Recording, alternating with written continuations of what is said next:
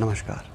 आज के ओपिनियन में हम बात करने वाले हैं उत्तराखंड राज्य और इसकी अस्थायी राजधानी देहरादून और ग्रीष्मकालीन राजधानी गैरसैंण के विषय में। उत्तराखंड राज्य का गठन 9 नवंबर सन 2000 को किया गया, लेकिन उसके बाद भी 22 वर्षों तक राज्य के पास स्थायी राजधानी नहीं है। जो निश्चित ही प्रत्येक चुनावी वर्ष में उत्तराखंड में एक बड़ा गंभीर विषय हो जाता है और प्रत्येक पार्टी इस विषय को लेकर के गंभीर दिखती हुई प्रतीत होती है, लेकिन चुनाव समाप्ति के बाद इस विषय पर कोई भी बात करना उचित नहीं समझता है।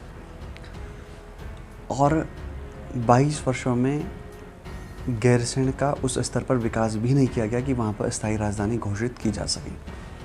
तो यह निश्चित ही सभी के लिए एक महत्वपूर्ण विषय बन जाता है जो गढ़वाली कुमाऊनी संस्कृति को संजो कर रखना चाहते हैं उन सभी के लिए, क्योंकि अगर पर्वतीय राज्य का गठन होने के बाद पर्वतीय क्षेत्र में ही राजधानी नहीं बनती है तो यह निश्चित ही एक गंभीर विषय जो है वो उत्तराखंड के राज्य के लोगों के लिए आने वाले समय में हो सकती है। उसका सबसे ज्वलंत उदाहरण जो है वो वर्तमान समय में देहरादून और कुमाऊं क्षेत्र में हल्द्वानी उधम सिंह नगर की ओर बढ़ता पलायन इसका एक सबसे बड़ा उदाहरण है, क्योंकि अगर राजधानी पर्वतीय क्षेत्र में ही स्थानांतरित की जा चुकी होती तो पलायन की गति इतनी ना होती, शायद होती ही ना। तो ये एक निश्चित ही उत्तराखंड के राज्य के लिए बहुत महत्वपूर्ण विषय होने वाला है। उत्तराखंड राज्य निर्माण की जो सबसे पहली मांग थी वो 1897 में स्थानीय लोगों द्वारा उठाई गई थी, क्योंकि यहाँ के लोग जानते थे कि यहाँ का जो विषम भौगोलिक परिस्थिति है, यहाँ की जो आर्थिक स्थिति है, यहाँ का जो सांस्कृतिक परिवेश है वो पूरे भारत के क्षेत्र से अलग है। इसलिए 1916 में इसी विषय को लेकर के इन विषयों को उठाने के लिए एक मंच का निर्माण किया गया जिसे कुमाऊं परिषद नाम दिया गया। कुछ वर्षों के बाद फिर गढ़वाल परिषद का भी गठन किया जाता है और प्रत्येक वर्ष कुमाऊं परिषद और गढ़वाल परिषद के आयोजित होने वाले वार्षिक सम्मेलनों में इन चिंताओं को व्यक्त भी किया जाता था। 1926 में कुमाऊं परिषद का विलय जो है वो भारतीय राष्ट्रीय कांग्रेस में कर दिया जाता है और एक सामूहिक मंच के माध्यम से इन विषयों को उठाया जाता है। 1938 में भारतीय राष्ट्रीय कांग्रेस का एक विशेष अधिवेशन श्रीनगर गढ़वाल में आयोजित किया जाता है, जहां पर पंडित जवाहरलाल नेहरू भी उपस्थित होते हैं। वो भी ये मानते हैं कि यहाँ के लोगों को अपनी संस्कृति, अपने भौगोलिक परिवेश के कारण अपने विषयों को उठाने की स्वतंत्रता दी जानी चाहिए। ये स्वयं जवाहरलाल नेहरू ने उस वर्ष के संबोधन में अपने ये इच्छा व्यक्त की थी।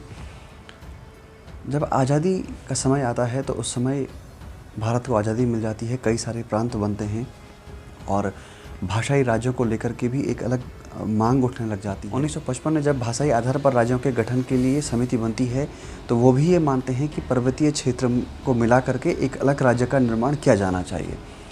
लेकिन जब इस आयोग के माध्यम से राज्यों का निर्माण किया जाता है तो हिमाचल को पंजाब वाले क्षेत्र में मिलाया जाता है और बाकी जो पर्वतीय राज्य था वो उत्तर प्रदेश के साथ मिला दिया जाता है। उत्तराखंड राज्य निर्माण में एक विशेष मोड़ तब आता है जब 24 जुलाई 1979 को उत्तराखंड क्रांति दल का गठन होता है। उत्तराखंड क्रांति दल कहीं न कहीं एक उग्र विचारधारा के साथ एक प्रगतिशील क्रांतिकारी आंदोलनों के माध्यम से उत्तराखंड राज्य गठन की मांग करता रहा।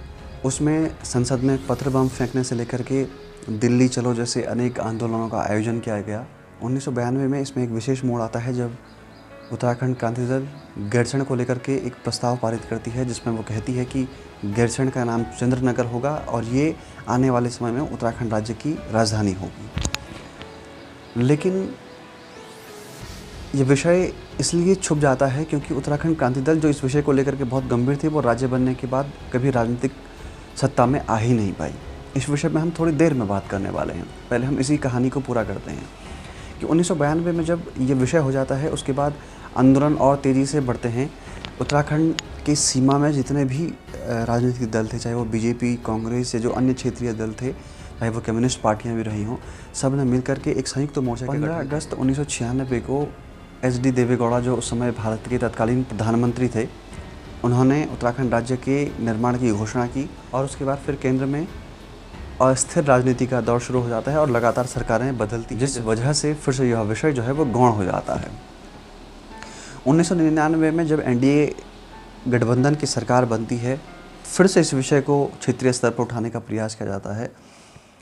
और उस समय इस क्षेत्र में जो 22 विधानसभा और विधान परिषद की सीटें थी, उसमें अधिकांश सीटों में भारतीय जनता पार्टी के सदस्य ही जीत करके आए थे। तो कहीं ना कहीं भारतीय जनता पार्टी के लिए एक राजनीतिक विषय भी ये बनकर के सामने आ गया था।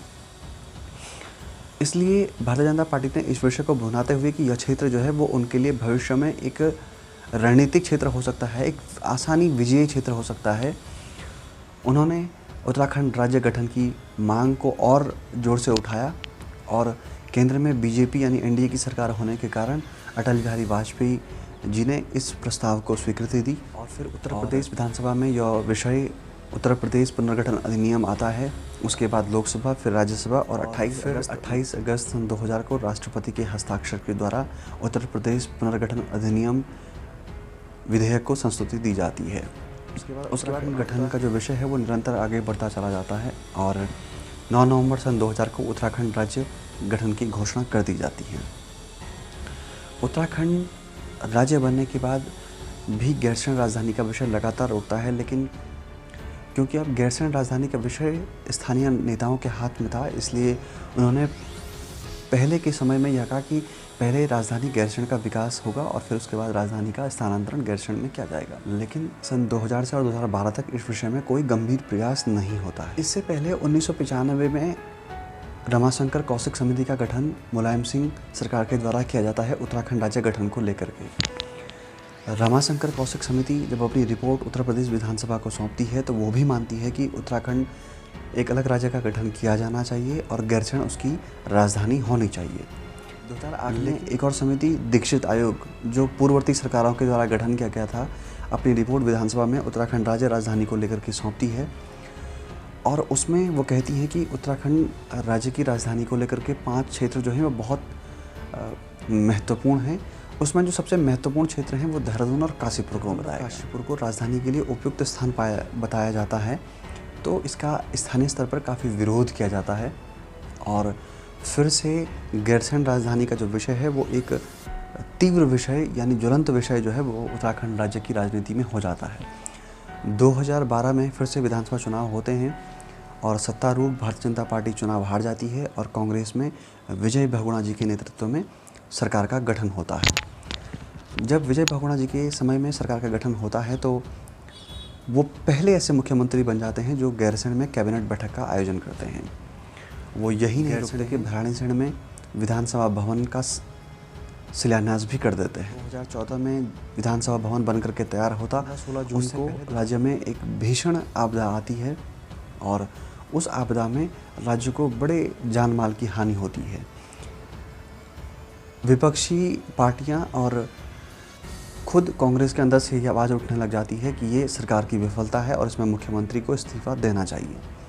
भारी दबाव के कारण विजय बहुगुणा जी को अपने पद से इस्तीफा देना पड़ता है और उसके बाद राज्य की कमान जो है वो हरीश रावत को दी जाती है और हरीश रावत उत्तराखंड राज्य के नए मुख्यमंत्री बनते हैं। हरीश रावत के मुख्यमंत्री बनने के बाद राजनीतिक अस्थिरता का दौर फिर से शुरू हो जाता है और गैरसैंण का विषय जो है वो फिर से गौण हो जाता है। जब पुनः 2017 में विधानसभा चुनावों का आयोजन होता है तो भारतीय जनता पार्टी को पूर्ण बहुमत के साथ सरकार बनाने का अवसर मिलता है, लेकिन राज्य के लोगों की आकांक्षा भी बढ़ जाती है कि अब गैरसैंण राजधानी को लेकर के कुछ विशेष कार्य होगा, लेकिन पूर्ववर्ती सरकारों की भांति कोई विशेष कार्य नहीं। चुनावी वर्ष 2022 से ठीक एक वर्ष पहले यानी 2021 में उत्तराखंड की ग्रीष्मकालीन राजधानी गैरसैंण को घोषित कर दिया जाता है। लेकिन यह कैसे होगा, इसकी क्या रूपरेखा होगी, किस प्रकार से स्थानांतरण किया जाएगा, कि क्या क्या व्यवस्थाएं वहाँ पर की जाएंगी, इसका कोई जिक्र उस अधिसूचना में नहीं जब बताया जाता है। यानी कि यह विषय फिर से सिर्फ एक राजनीतिक विषय बन करके रह गया और इसमें कोई ठोस कार्रवाई वर्तमान समय तक भी नहीं हो पाई है। एक बार पुनः भारतीय जनता पार्टी को राज्य की जनता ने पूर्ण बहुमत के साथ सरकार बनाने का अवसर दिया है। अब ये देखना होगा कि क्या नई सरकार इस विषय को लेकर के कितनी गंभीर दिखती है, क्योंकि उत्तराखंड की कुछ विशेष समस्याएं हैं जैसे पलायन, शिक्षा, स्वास्थ्य और वो भी पर्वतीय क्षेत्रों में। उसका एक सबसे बड़ा कारण ये है कि पर्वतीय राज्य होने के बावजूद भी यहाँ की राजधानी जो है वो तराई क्षेत्रों में है और इस राजधानी का और उत्तराखंड राज्य के निर्माण का पर्वतीय क्षेत्रों को कोई अधिक लाभ नहीं मिला है 22 वर्षों के बाद भी। इसलिए यह एक बहुत महत्वपूर्ण विषय है कि राज्य सरकार को इस विषय में बहुत गंभीरता से विचार करना चाहिए और उत्तराखंड राज्य की राजधानी को लेकर के कुछ विशेष प्रयास करने होंगे, अन्यथा पर्वतीय क्षेत्र और मैदानी क्षेत्रों में एक बहुत बड़ा अंतर हमारे सामने देखने को वर्तमान समय में मिल रहा है और ये अंतर लगातार बढ़ता चला जाएगा। इसलिए हमें राजधानी के विषय को लेकर के बहुत गंभीरता से काम करना होगा, बहुत सोच विचार करके काम करना होगा। धन्यवाद।